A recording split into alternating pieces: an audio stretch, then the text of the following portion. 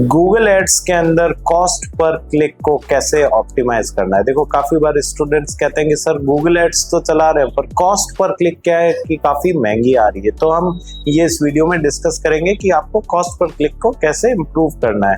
तो देखो, सबसे पहला आता है quality score improvement. Quality score improvement की अगर मैं बात करूं तो आप जो आपकी एड रेलेवेंस के जो कीवर्ड्स है उनको आप इंप्रूव कर सकते हैं। कि मतलब आपको ब्रॉड मैच की जगह आपको नैरो मैच वाले कीवर्ड्स को यूज करना है। कि आप ब्रॉड मैच कीवर्ड्स को अगर यूज करते हैं और आपकी वेबसाइट पे लोग आते हैं तो ऑटोमेटिकली कन्वर्जन नहीं आने वाला है। तो आपको नैरो मैच वाले ये स्पेसिफिक मैच वाले कीवर्ड्स का यूटिलाइजेशन करना है। सेकंड, अगर मैं बात करूं तो आप अपने लैंडिंग पेज का जो डिजाइन है उसको भी आप इंप्रूव कर सकते हो।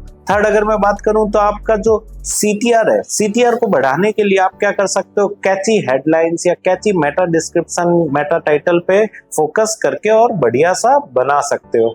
अगर मैं बात करूं तो कीवर्ड का आपको प्रिसाइजन रखना है, आपको नैरो कीवर्ड्स यूज करना है, आपको ब्रॉड कीवर्ड्स का यूटिलाइजेशन नहीं करना है।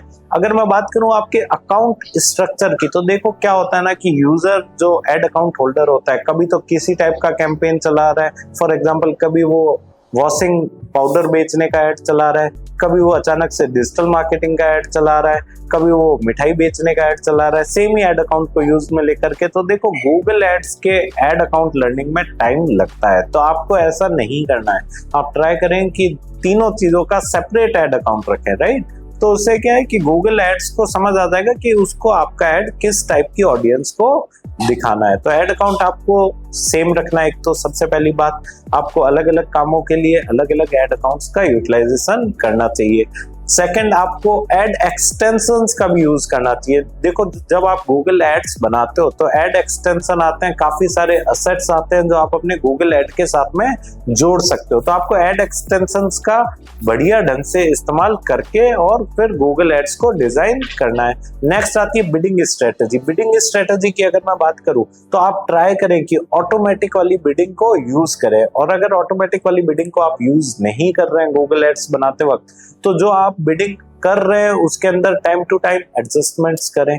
तो उससे क्या है, आपको समझ आएगा कि कहाँ फर्क आ रहा है, कैंपेन के रिजल्ट में फर्क आ भी रहा है कि नहीं आ रहा है। तो जो आपकी बिडिंग है उसको कम ज्यादा आप करके देखो, तो उससे भी क्या है कि आपकी जो CPC है वो ऑप्टिमाइज होगी। इसके अलावा आप क्या कर सकते हो, अपने कैंपेन को स्केड्यूल कर सकते हो टाइम के बेसिस पे। अगर आपको लगता है कि कोई शाम का टाइम है, शाम के टाइम में मुझे रिजल्ट ज्यादा आता है, तो आप क्या करो कि पहले तो पूरे दिन का ऐड बनाओ। तो आपको पता लग जाएगा कि कौन से टाइम पे आपको ऐड से अच्छा रिस्पॉन्स आ रहा है, अच्छा रिजल्ट आ रहा है। तो आप उस हिसाब से अपने ऐड को स्केड्यूल कर सकते हो।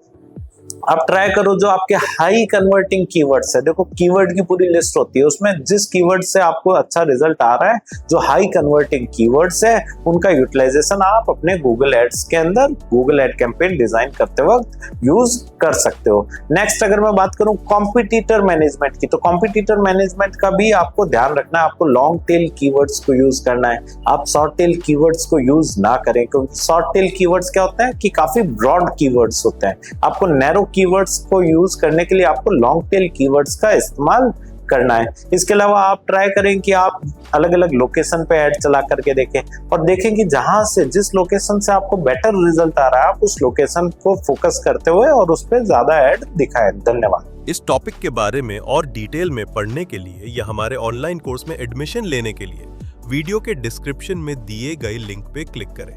धन्यवाद।